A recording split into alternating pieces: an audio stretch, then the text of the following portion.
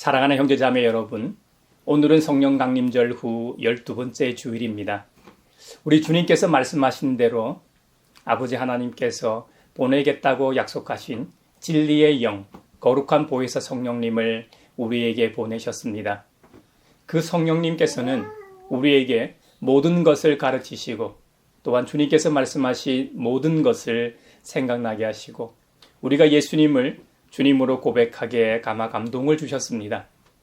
우리가 항상 성령 충만할 수 있도록 하나님께서 지금 우리를 부르십니다. 성령님을 통해 우리와 영원히 함께 하시는 주님 앞에 우리의 마음과 뜻을 다하여 영과 진리로 주님을 찬양하며 예배합시다. 아멘. 아멘. 사도신경으로 우리의 신앙을 고백합시다.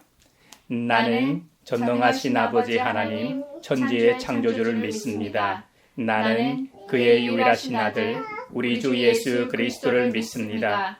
그는 성령으로 잉태되어 동정녀 마리아에게서 나시고 본디오 빌라도에게 고난을 받아 십자가에 못 박혀 죽으시고 장사된 지 사흘 만에 죽은 자 가운데서 다시 살아나셨으며 하늘에 오르시어 전능하신 아버지 하나님 우편에 앉아 계시다가 거기로부터 살아있는 자와 죽은 자를 심판하러 오십니다.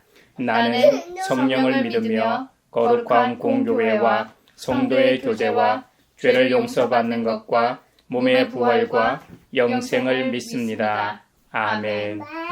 임하소서 임하소서 불과 같은 성령이여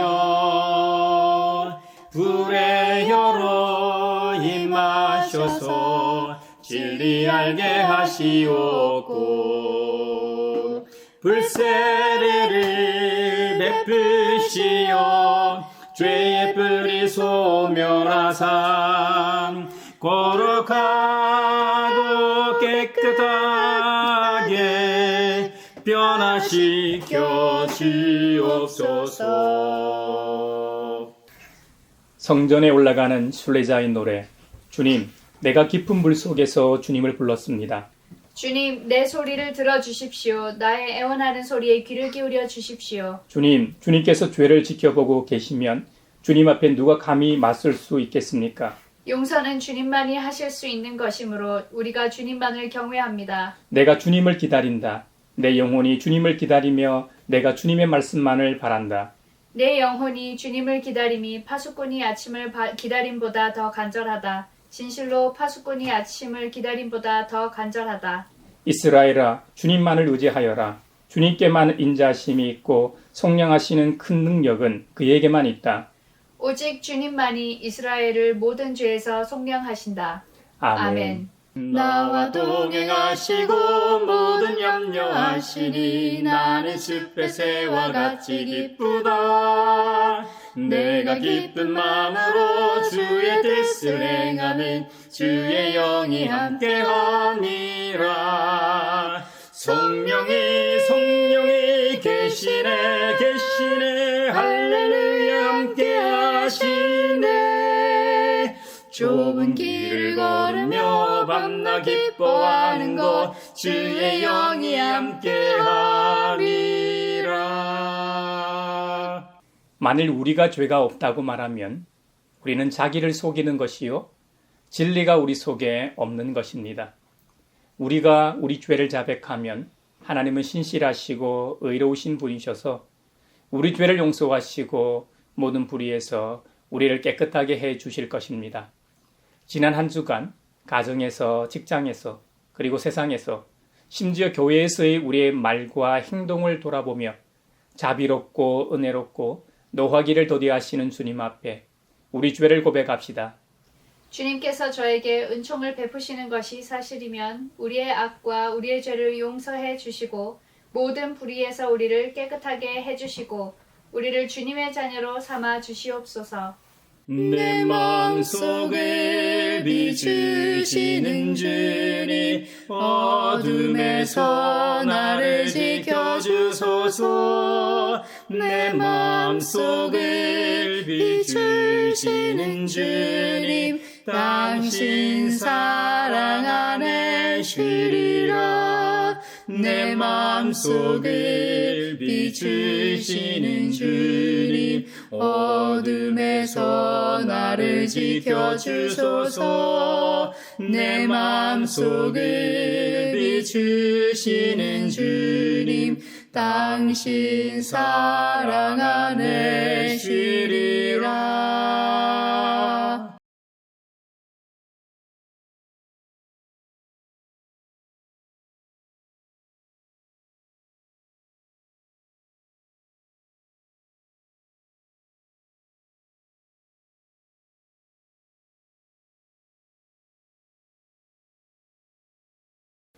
제가 여러분에게 전하는 소식은 하나님은 빛이시요 하나님 안에는 어둠이 전혀 없다는 것입니다. 그러므로 하나님께서 빛 가운데 계신 것과 같이 우리가 빛 가운데 살아가면 우리는 서로 사귐을 가지게 되고 하나님의 아들 예수님의 피가 우리를 모든 죄에서 깨끗하게 해 주십니다. 이제 주님께서 우리의 죄를 용서하셨음을 주님의 이름으로 선언합니다. 아멘. 찬미하여라 오 나의 영혼아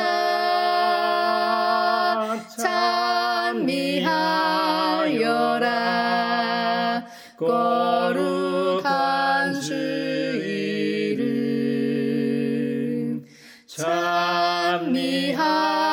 찬미하여라 오 나의 영혼아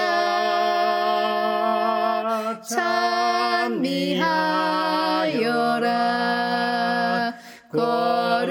거룩한 주 이름.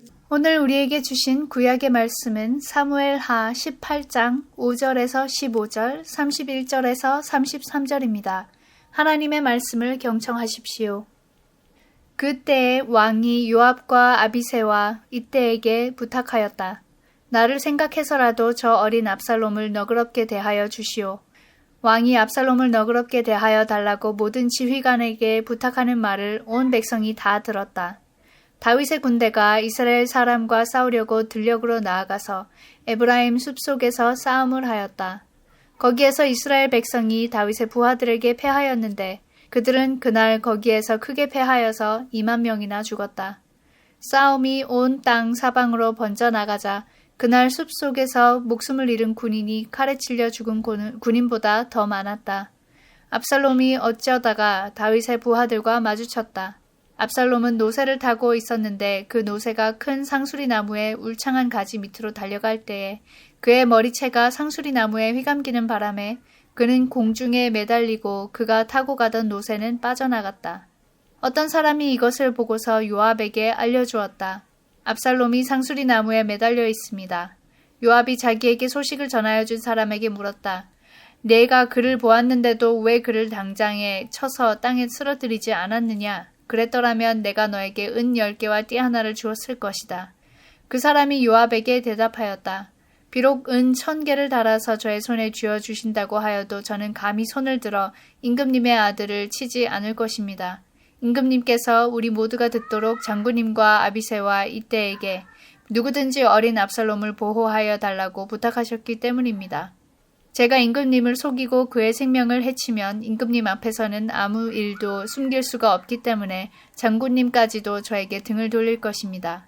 그러자 요압은 너하고 이렇게 꾸물거릴 시간이 없다 하고 말한 뒤에 투창 3자루를 손에 들고 가서 아직도 상수리 나무의 한가운데 산채로 매달려 있는 압살롬의 심장을 꿰뚫었다.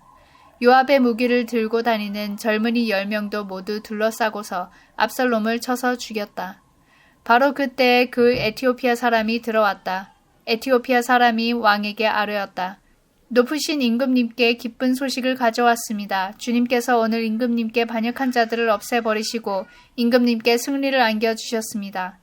왕이 에티오피아 사람에게 물었다. 그 어린 압살롬이 평안하더냐? 에티오피아 사람이 대답하였다. 높으신 임금님의 원수들을 비롯하여 임금님께 반역한 자들이 모조리 그 젊은이와 같이 되기를 바랍니다. 왕은 이 말을 듣고 마음이 찢어질 듯이 아파서 성문 위에 다락방으로 올라가서 울었다. 그는 올라갈 때에 내 아들 압살롬아, 내 아들아, 내 아들 압살롬아, 너 대신에 차라리 내가 죽을 것을 압살롬아, 내 아들아, 내 아들아 하고 울부짖었다. 성령이여 우리 성경 읽을 때 그 속에서 빛을 보게 하소서. 오늘 우리에게 주신 서신의 말씀은 에베소서 4장 25절에서 5장 2절입니다. 하나님의 말씀을 경청하십시오. 그러므로 여러분은 거짓을 버리고 각각 자기 이웃과 더불어 참된 말을 하십시오. 우리는 서로 한 몸의 지체들입니다. 화를 내더라도 죄를 짓는 데까지 이르지 않도록 하십시오. 해가 지도록 노여움을 품고 있지 마십시오.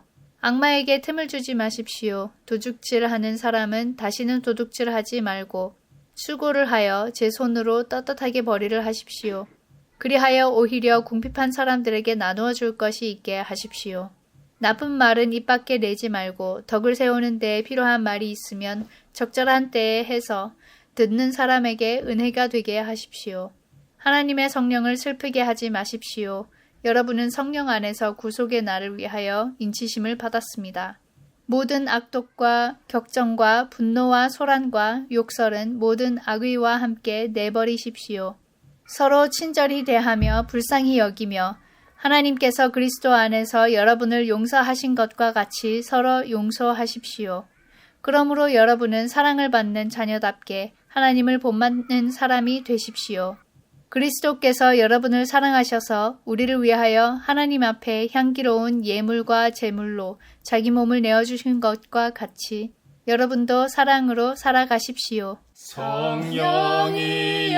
성령이여 우리 성경 읽을 때 그 속에서 빛을 보게 하소서.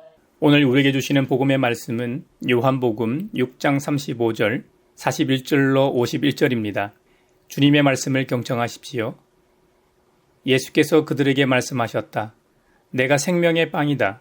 내게로 오는 사람은 결코 줄이지 않을 것이요 나를 믿는 사람은 다시는 목마르지 않을 것이다. 유대인들은 예수께서 내가 하늘에서 내려온 빵이다 하고 말씀하셨으므로 그분을 두고 수군거리면서 말하였다. 이 사람은 요셉의 아들 예수가 아닌가? 그의 부모를 우리가 알지 않는가? 그런데 이 사람이 어떻게 하늘에서 내려왔다고 하는가? 그때 예수께서 그들에게 말씀하셨다. 서로 수군거리지 말아라. 나를 보내신 아버지께서 이끌어주지 아니하시면 아무도 내게 올 수 없다. 나는 그 사람들을 마지막 날에 살릴 것이다. 예언서에 기록하기를 그들이 모두 하나님께 가르침을 받을 것이다 하였다. 아버지께 듣고 배운 사람은 다 내게로 온다. 이 말은 하나님께로부터 온 사람 외에 누가 아버지를 보았다는 것을 뜻하지 않는다. 하나님께로부터 온 사람만이 아버지를 보았다. 내가 진정으로 너희에게 말한다. 믿는 사람은 영생을 가지고 있다. 나는 생명의 빵이다. 너희의 조상은 광야에서 만나를 먹었어도 죽었다. 그러나 하늘에서 내려오는 빵은 이러하니 누구든지 그것을 먹으면 죽지 않는다. 나는 하늘에서 내려온 살아있는 빵이다. 이 빵을 먹는 사람은 누구나 영원히 살 것이다. 내가 줄 빵은 나의 살이다. 그것은 세상에 생명을 준다. 이것은 주님의 말씀입니다. 하나님 감사합니다. 성령이여 우리 성경 읽을 때 그 속에서 빛을 보게 하소서. 사회를 위하여 기도합니다. 곧 다가오는 8.15 광복절을 맞아 논쟁이 한창입니다. 독립기념관장 자리에 일제 식민지배가 합법적이었다고 정당화하며 1945년이 광복이 아니고 헌법 전문에 명시되어 있는 상해 임시정부의 법통을 계승하는 것을 부정하고 헌법이 제정된 1948년에 대한민국이 건국되었다고 말하는 사람을 임명했습니다. 친일파에 면죄부를 주는 이런 역사관을 가진 대통령과 인사들이 한국의 역사와 정체성을 흔들며 혼란을 일으키고 있습니다. 시민들은 깨어서 비판하게 하시고 대한민국의 민주주의가 바로 서게 하소서. 성령의 은사를 나에게 채우사 정결한 마음 가지고 나 행케 하소서. 교회를 위하여 기도합니다. 지구촌 축제인 파리올림픽이 이제 폐막을 하루 앞두고 있습니다. 연대와 평등, 친환경, 문화올림픽 등 참 볼거리가 많았던 올림픽입니다. 갈수록 교회가 설 자리는 없어지는 반면 올림픽, 월드컵과 같은 스포츠를 통해 세계 시민은 화합하고 각본 없는 드라마에 감동하며 위로를 받습니다. 갈데 없는 사람, 위로가 필요한 사람들이 교회 공동체를 통해 위로받고 다시 살아갈 힘을 얻어야 하는데 그러지 못한 현실에 대해 그리스도인의 한 사람으로서 참회합니다. 다시 한번 주님께서 기회를 주신다면 이 땅에 존재하는 교회들과 그리스도인들이 주님의 이름으로 다시 일어나 죄로 인해 파괴된 이 피조 세계를 창조주 하나님께서 원하시는 세상으로 회복하는 주님의 손과 발이 되게 하소서. 성령의 은사를 나에게 채우사 정결한 마음 가지고 나 행케 하소서. 세계를 위하여 기도합니다. 이스라엘이 하마스 지도자 하니엘을 이란 영토에서 암살하여 긴장이 고조되었습니다. 이란은 이스라엘에 보복할 듯 했지만 자국에서도 대통령과 강경파 사이에 이견이 있는 듯 합니다. 전면전을 막으려 여러 나라가 중재하고 있는 상황이라 다행입니다. 또다시 무력 충돌이 일어나지 않게 하시고 이스라엘과 하마스 간의 전쟁이 빠르게 종식되어 중동 전체에 평화가 찾아오게 하소서.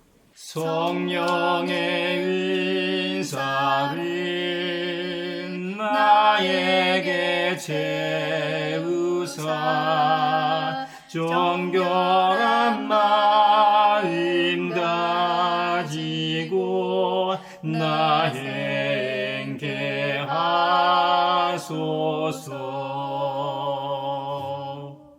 다윗에게는 여러 아들들이 있었습니다. 다윗이 헤브론에서 낳은 6 아들과 통일 왕국의 수도인 예루살렘에서 낳은 13 아들까지 총 19명의 아들이 있었습니다. 이 외에도 성경에 의하면 첩들이 낳은 아들이 더 있었다고 합니다. 다윗의 뒤를 이어 이스라엘의 3대 왕으로 등극하는 솔로몬은 다윗이 예루살렘에서 밧세바와의 사이에서 낳은 넷째 아들입니다. 솔로몬이 왕으로 등극하기 전까지 쉽게 왕좌에 오르진 않았습니다. 역사책이나 우리나라 사극 드라마에서도 봐서 알지만 권력은 자식하고도 나누지 않는다는 말이 있지 않습니까? 그러니 왕자들끼리의 경쟁은 불가피한지도 모릅니다. 왕자의 난이 없었다면 솔로몬이 다윗을 이어 3대 왕이 되지 못했을 수도 있습니다. 다윗의 아들들은 크게 두 부류로 나눌 수 있습니다. 하나는 다윗과 함께 산전수전을 다 경험한 왕자들이고 다른 하나는 평화의 시대인 예루살렘에서 출생한 왕자들입니다. 전장에서 잔뼈가 굵은 장군들이나 군인들 입장에서는 당연히 자신들과 생사고락을 함께한 왕자를 지지할 수밖에 없죠. 조선을 건국한 태조 이승계에게도 다윗만큼은 아니지만 8명의 아들들이 있었습니다. 이승계의 첫째 아들은 고려를 배신하고 조선을 건국하는 것을 반대하며 응거한 뒤에 일찍 죽게 됩니다. 그러자 태조 이승계와 1등 공신이자 조선을 설계한 인물로 추앙받는 정도전이 후사를 이을 왕세자로 둘째 부인의 소생인 막내 왕자 이방석을 책봉하죠. 이에 앙심을 품은 5째 왕자 이방원이 왕자의 난을 일으킵니다. 창업 공신으로서 정도전 못지않게 자신도 공을 세운 이 공로를 인정해주지 않는 데 대한 불만도 있었지만 이복 동생이 왕세자로 책봉되니 불만이 생길 수밖에요. 당시 여론도 왕자 중에서 조선 건국에 가장 큰 공이 있었던 인물이 다섯째 이방원에게 있었기 때문에 그가 당연히 세자로 책봉될 줄 알았죠. 이방원 입장에서는 자신이 아니라면 그래도 장자인 큰형이 없는 상황에서 장자나 다를 바 없는 둘째 형이 세자로 책봉됐다면 왕자의 난까지는 일으키지 않았을지도 모릅니다. 근데 웬걸요? 당시 11살밖에 안 되는 이복 동생이 왕세자로 책봉되자 반란을 일으켰던 것이죠. 그 과정에서 세자로 책봉된 이복 동생과 그의 형인 또 다른 이복 동생도 죽입니다. 그리고 조선의 설계자요 당시 가장 큰 권력을 가지고 있던 정도전도 죽입니다. 1398년 무인년에 일어난 일이라고 해서 무인정사라고도 하죠. 결국 이 왕자의 난으로 인해 고령의 나이에 병까지 있었던 태조 이성계가 왕위에서 내려와 뒷방 늙은이인 상왕으로 있다 죽게 됩니다. 물론 이 사실도 조선 왕조실록, 태조실록 편에 나와 있는 기록이지만요. 이방원이 3대 왕으로 있을 때의 기록이니 100% 믿기는 어렵죠. 아무튼 완전히 권력을 잡은 이방원은 자신이 왕자에 바로 오르지 않습니다. 그 이유는 자신이 왕자의 난을 일으킨 명분이 장자계승 원칙이었는데 그럴 수 없었던 것이죠. 앞서 설명했던 것처럼 첫째 형 이방우가 사망했기 때문에 둘째 형 이방과가 왕위에 오르게 합니다. 그 형이 조선의 둘째 왕인 정종이죠. 정종도 만 2년 왕자에 있다 동생 이방운에게 양위하고 아버지처럼 상왕으로 20년간 살다가 세종대왕이라 불리는 조카 이도가 왕위에 오르는 것을 보고 이듬해에 죽게 됩니다. 조선 건국 시기 왕자의 난 이후 잠시 태평성대를 누렸지만 세종대왕의 둘째 아들 수양대군이 계유정난을 일으켜 조카 단종과 조선의 호랑이라 불렸던 김종서 장군을 다 죽이고 왕자에 오르는 등 계속적으로 이 권력을 위한 투쟁이 있었습니다. 이것은 우리나라뿐만 아니라 세계사적으로도 권력 다툼은 필연적이었던 셈이죠. 다시 성경으로 돌아가 다윗에게는 헤브론에서 낳은 6 아들들이 있었다고 했습니다. 첫째 암논을 시작으로 길르압, 압살롬, 아도니아, 스바랴, 6째 이드르람까지 다윗은 그 중에서도 유독 셋째 아들인 압살롬을 가장 아끼고 사랑했나 봅니다. 사무엘하 14장에 의하면 온 이스라엘에 압살롬처럼 머리끝에서 발끝까지 흠잡을 데가 하나도 없는 미남은 없다고 칭찬이 자자하였다고 기록하고 있습니다. 외모적으로 왕이 될 상이었다는 말이죠.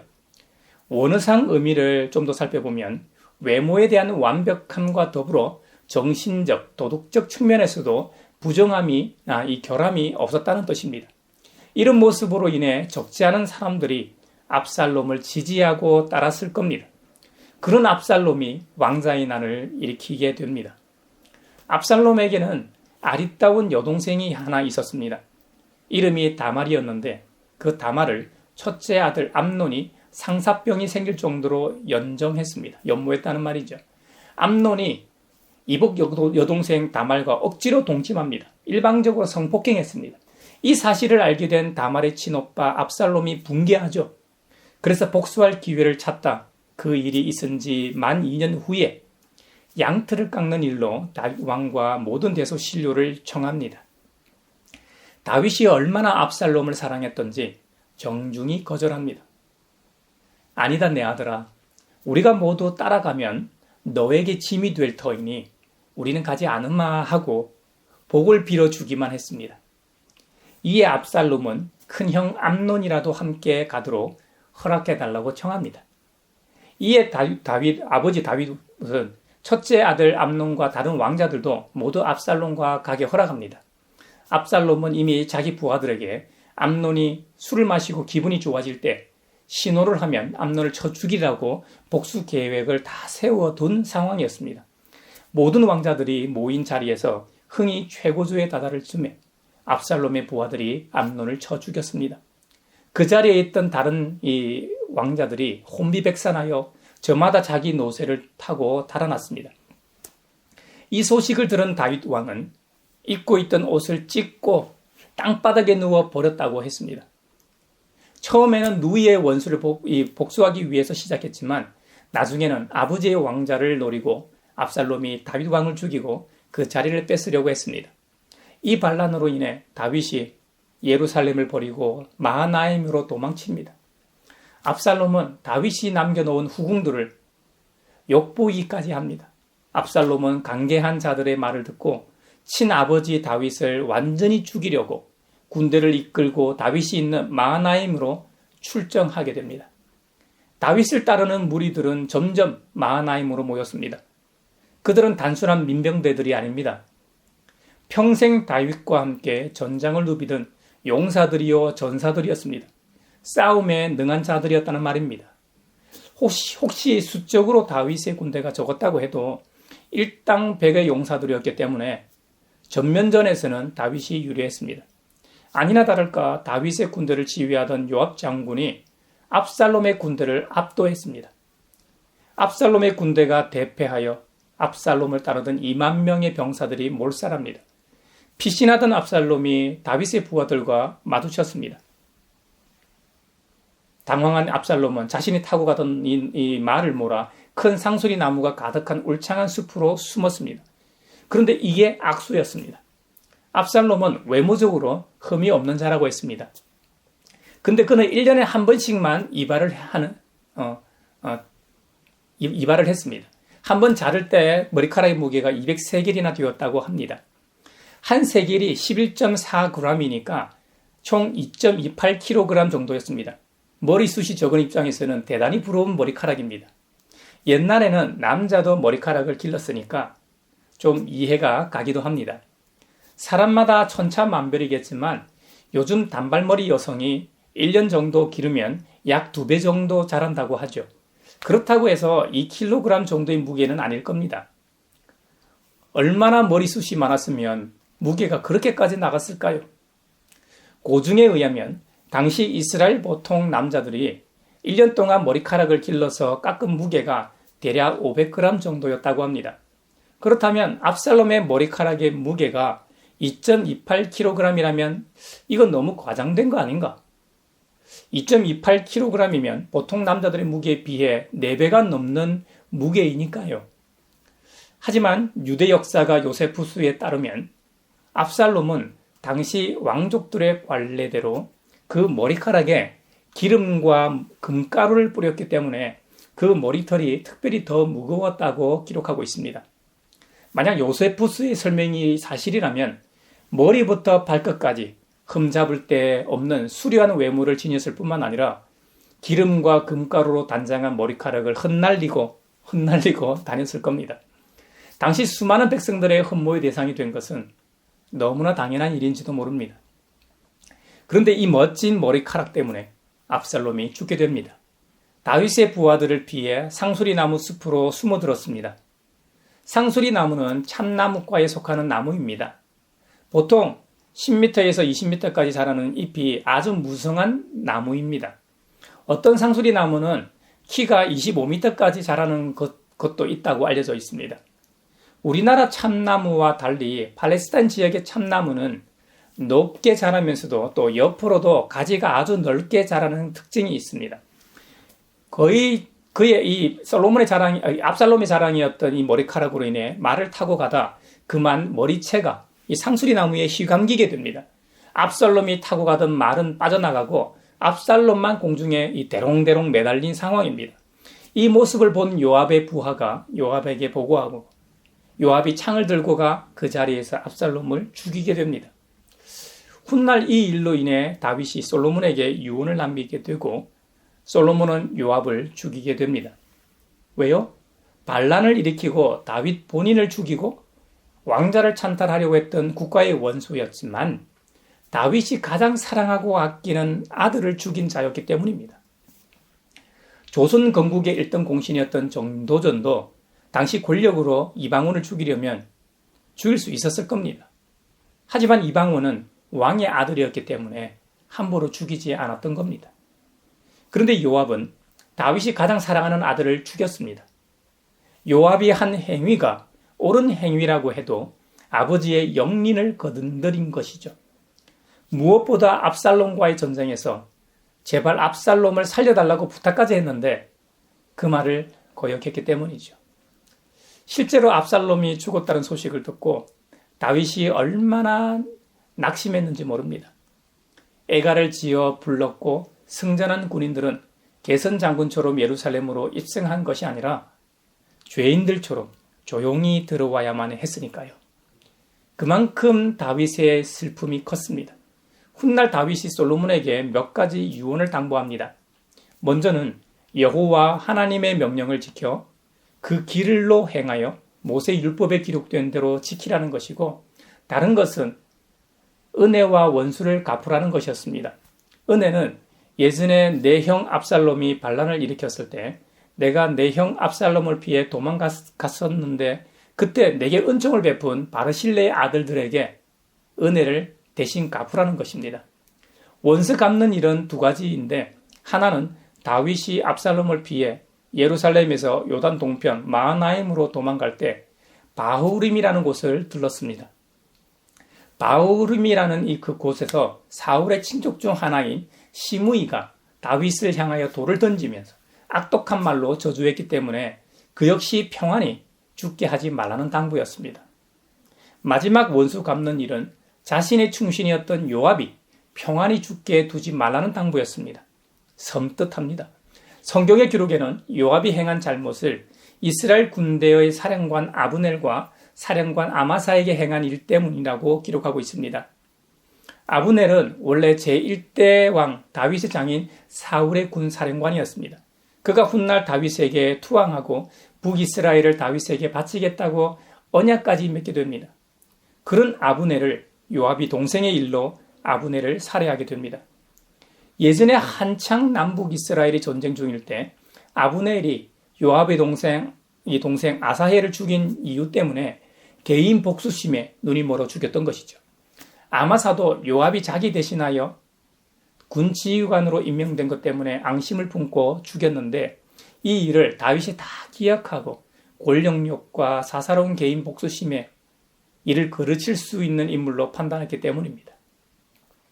그래서 요압을 평안히 죽게 하지 말라고 솔로몬에게 유언으로 남겼던 것입니다. 저는 성경에는 없지만 예전에 자신이 가장 사랑하고 아끼던 아들 압살롬의 일로 인해 감정을 숨기고 있던 다윗이 말년에 다른 명분을 내세워 죽이는데 한몫했으리라고 봅니다. 이렇듯 인간은 온전한 존재가 아닙니다. 한편으로는 선한 면이 있으면서도 또 다른 면에서는 항상 더 높은 곳을 바라보고 권력욕에 눈이 멀고 재물을 좋아하는 속성 때문에 무력에 눈이 멀게 되어 있습니다. 그래서 요한일서 2장 16절에 경고하길 육신의 정욕과 안목의 정욕과 이생의 사랑을 조심하라고 했던 것입니다. 성경에서는 성령을 쫓아 행하는 것과 대조적인 개념으로 육체의 욕심을 쫓아 사는 인생을 예로 듭니다. 하나님으로부터 등을 돌린 인간의 본성을 말하는 것이죠. 이것이 인간의 욕망이라는 겁니다. 인간의 욕망이 항상 악한 것만은 아닙니다. 욕망 그 자체는 가치 중립적이지만 타락한 본성으로부터 나오는 욕망은 악한 욕망임을 가리킵니다. 하나님을 떠난 인간이 창조주 하나님의 기대를 저버리고 자신의 욕구를 선택하는 죄악된 이 경향을 말하는 것이죠. 이것은 인류의 시조인 아담과 하와가 사탐의 꿰매 넘어가 선악과의 먹음직스러움에 유혹되었던 것과 동일합니다. 하나님의 분명한 금지 명령에도 불구하고 자신의 욕심을 쫓는 행위를 육신의 정욕이라고 하는 것입니다. 안목의 정욕은 글자 그대로 이 눈을 통해서 추구하게 되는 죄악된 욕망을 일컫습니다. 여러분, 눈은 여러 감각기관 중에서도 굉장히 직관적이지 않습니까? 특히 남자들이 더 그렇죠. 여자들은 남자들에 비해 귀가 더 민감하다고 하죠. 앞서 말한 것처럼 육신의 정욕도 가치 중립적이지만 사실 눈도 역시 가치 중립적입니다. 그러나 인간이 악한 욕망에 사로잡히게 되면 눈은 인간의 그런 욕구를 충족시키는 도구가 되고 말죠. 사탄의 꿰매 넘어가 실제로 선악과의 열매를 보니까 말이죠. 선악과가 먹음직도 하고 보암직도 하고 사람을 슬기롭고 지혜롭게 할 만큼 탐스럽기까지 한 나무로 보였습니다. 그러니까 아담과 하와가 그걸 먹어야 하겠다는 욕망이 일었겠죠. 로마가 거대한 원형 경기장을 건설하고 그곳에서 검투 경기를 했죠. 그 주요 목적은 로마 시민들의 안목의 정욕을 충족시켜주기 위한 도구였습니다. 경기장 안에서 피를 흘리며 싸우는 검투사들의 모습이나 사자에게 공격당하는 노예들의 모습은 인간성을 상실한 저열한 인간의 눈을 즐겁게 해주기 때문이죠. 이런 욕망이야말로 하나님 없는 자들이 추구하는 대표적인 악이라는 것이 요한 사도의 지적이었습니다. 이생의 자랑은 자신이 가지고 있는 세상적 소유에 대한 자랑을 가리킵니다. 세상의 것이라고 해봐야 대부분 물질적인 것들입니다. 하나님을 의지하지 않는 사람들이 추구하는 것입니다.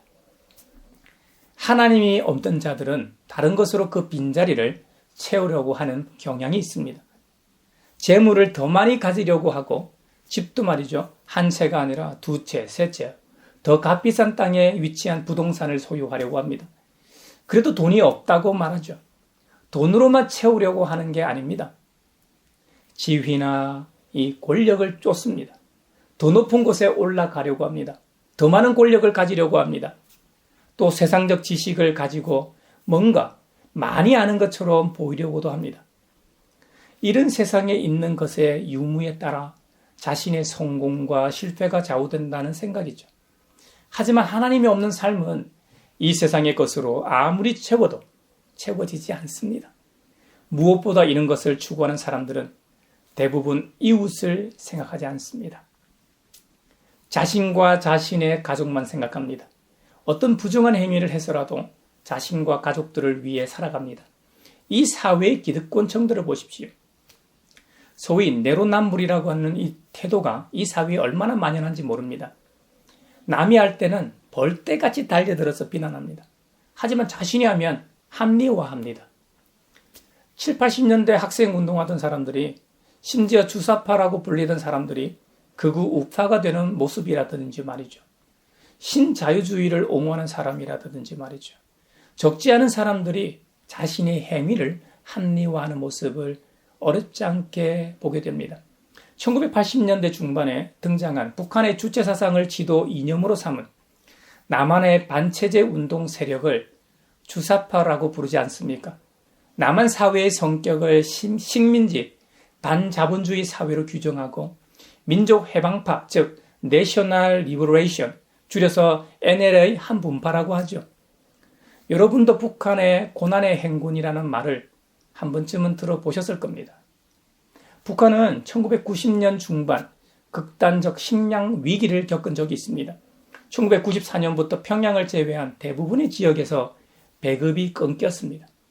특히 1995년 홍수와 가뭄을 겪으면서 심각한 식량 위기에 처하게 됩니다. 영양실조 상태에서 유행한 수인성 전염병으로 희생자가 속출하게 됩니다. 얼마나 심각했냐면요. 1997년 5월에 북한 사회안전부에서 식량 절도에 대해 총사령에 처한다고 선포하기까지 합니다. 굶어 죽으나 먹다 죽으나 죽는 것은 매 한 가지니까 그렇겠죠. 이러다 북한 이탈 주민들이 속출하게 됩니다. 한국으로 오는 분들은 다행이지만 상당수의 북한 이탈 주민들이 중국에서 표류합니다. 국적도 없이 말이죠. 이들의 난민 지위를 위해 1990년 후반에 전국 기독교 대학 연합으로 광주 5.18 묘역에서 임진각까지 전국 국도 순례를 하며 청원 운동 서명을 했던 기억이 있습니다. 1997년 2월에 망명한 황장엽은 증언하기를 1995년과 96년에는 대략 150만 명이 사망하고 1997년과 98년에는 대략 200만 명이 사망했다고 증언한 바 있습니다. 무엇보다 그는 김일성 대학 총장을 역임하고 우리로 치면 입법기관인 국회의 수장을 맡았던 북한 권력 서열 13위였던 황장엽이 망명한 후 자신이 주체사상을 만든 장본인이고 실제로 김일성은 주체사상에 대해 잘 모른다고 하자 남한에서 어떤 일이 벌어졌습니까? 주사파로 활동하던 상당수가 전향하게 됩니다. 자신들이 찬양하며 추종하던 실체가 다름을 확인하고 전향했던 것이죠. 극자에서 극으로 돌아선 사람들이 국민의힘 정당에 있지 않습니까? 이 사람들도 자기 합리화를 합니다. 신자유주의를 추종하는 사람들 역시 마찬가지입니다.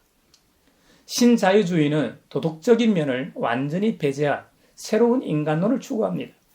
한마디로 말하면 기회주의라고 할 수 있죠. 다르게 말하면 개인주의, 이기주의, 물질 만능주의의 산물이라고 해도 과언이 아닐 겁니다.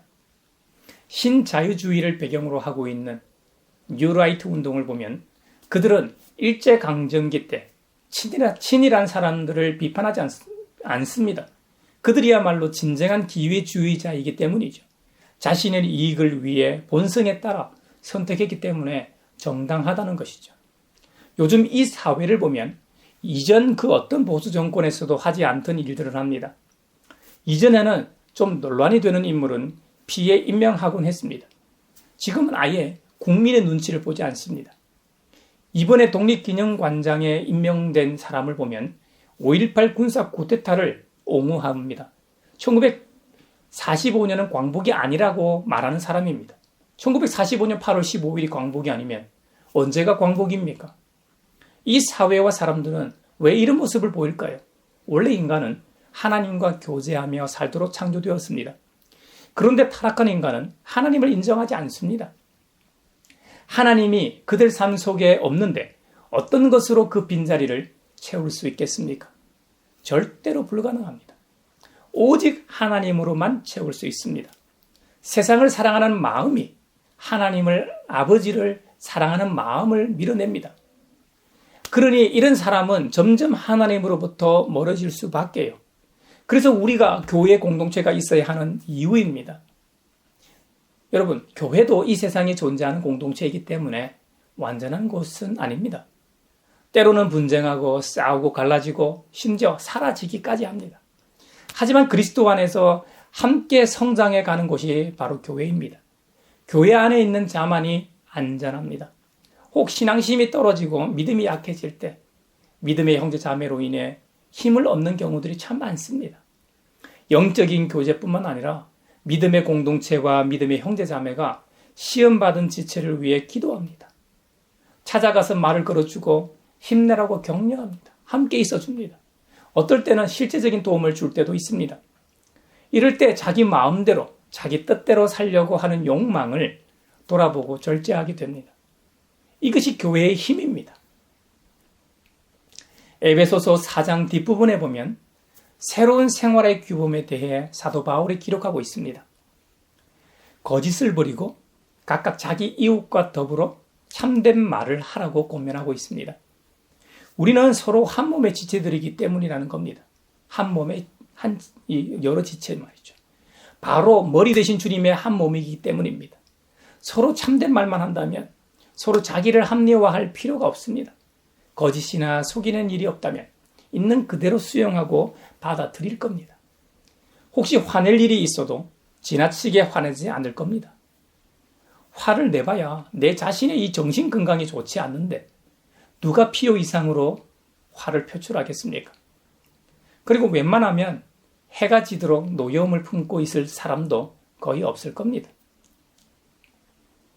우리는 필요 이상으로 화내고 욕하기 때문에 사탄 마귀에게 틈을 허락하게 됩니다.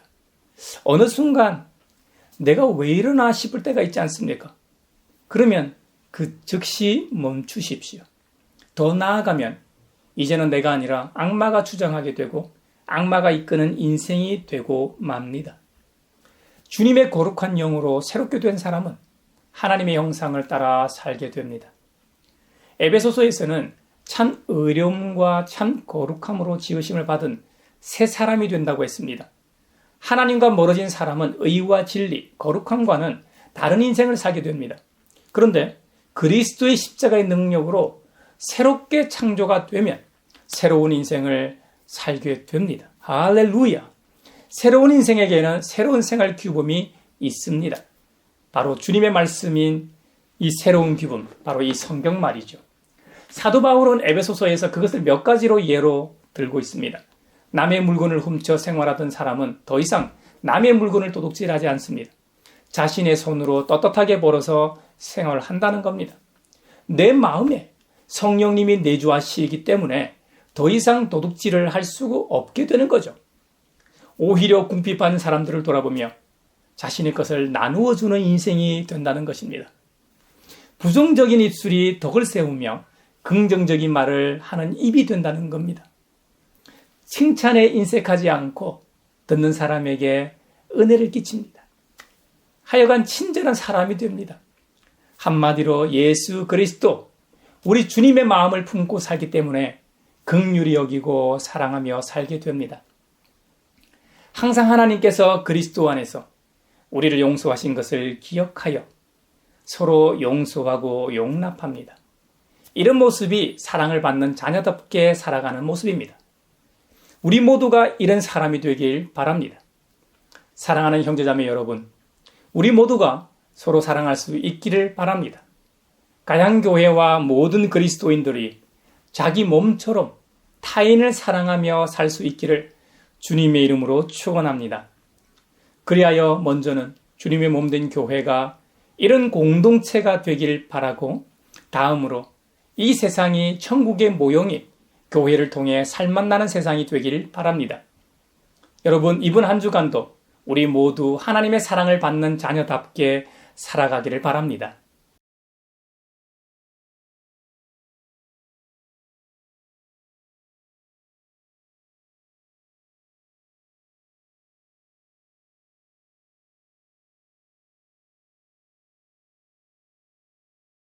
내게 있는 모든 것을 주를 위해 드리네. 주의 성령 충만하게 내게 내려주소서. 주께 드리네, 주께 드리네. 사랑하는 구주 앞에 모두 드리네. 아멘.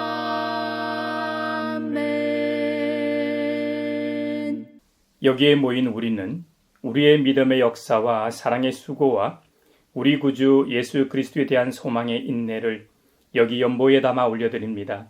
주님께서 말씀하신 대로 인색함으로나 억지로 하지 않고 죄인된 우리를 먼저 찾아오신 주님의 사랑을 깨닫게 하신 성령님과 함께 살게 하심에 감사하여 각각 그 마음에 정한 대로 즐거운 마음으로 바치오니 향기로운 예물이 되게 하소서.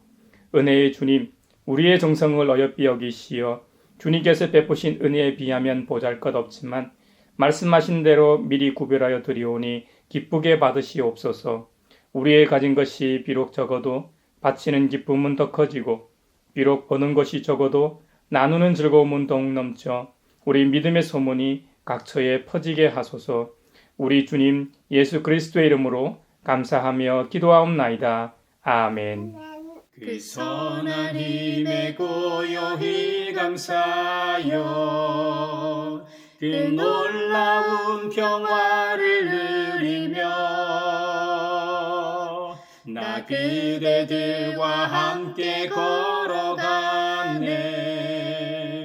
나 그대들과 한 해를 여네. 주께서 밝히신 작은 촛불이 어둠을 헤치고 타오르네. 그 빛에 우리 모두 하나 되어 온누리에 비추게 하소서. 그 선한 힘이 우리를 감싸시니 믿음으로 일어나리를 기대하네. 주 언제나 우리와 함께 계셔 하루 또 하루가 늘 새로워. 이제 서로 평화 인사를 나누겠습니다. 주님의 평화를 빕니다. 주님의 평화를 빕니다. 얘들아, 주님의 평화가 여러분과 함께 하시길 바랍니다. 또 더운 가운데 강건하십시오. 이제 축도하겠습니다. 우리에게 구원자 예수 그리스도를 보내신 것과 같이 성령 하나님을 보내시어 영원히 함께 하시는 성삼위 하나님께서 여러분에게 복의 복을 내려주셔서 언제 어디서나 여러분을 지키시기를 원하며 주님께서 그분의 인자한 얼굴을 여러분에게 비추사 여러분의 가정과 함께 하시길 원하며 필요에 따라 물질과 건강과 은혜 베푸시기를 원하며 주님의 몸된 하나의 거룩하고 보편적인 사도적인 모든 교회와 한반도 평화 통일과 세계 곳곳에서 벌어지고 있는 전쟁과 다툼이 종식되어 샬롬의 은혜가 있기를 원하며 지구촌에서 벌어지고 있는 기후 위기로 인한 자연재해와 인간의 욕망으로 인한 폭력, 테러, 온갖 차별로 인해 고통받고 있는 모든 사람들이 빨리 일상으로 돌아가길 원하며 이 시간에도 하나님 나라와 예수 그리스도 복음 전파를 위해 애쓰며 수고하고 있는 모든 선교사들과 함께 하시길 원하며 오늘 말씀처럼 하나님으로부터 사랑받는 자녀답게 세상에서 새로운 생활의 규범에 따라 살아가고자 나아가는 사람들 위에 평강 주시기를 성부와 성자와 성령의 이름으로 축원하옵나이다. 아멘.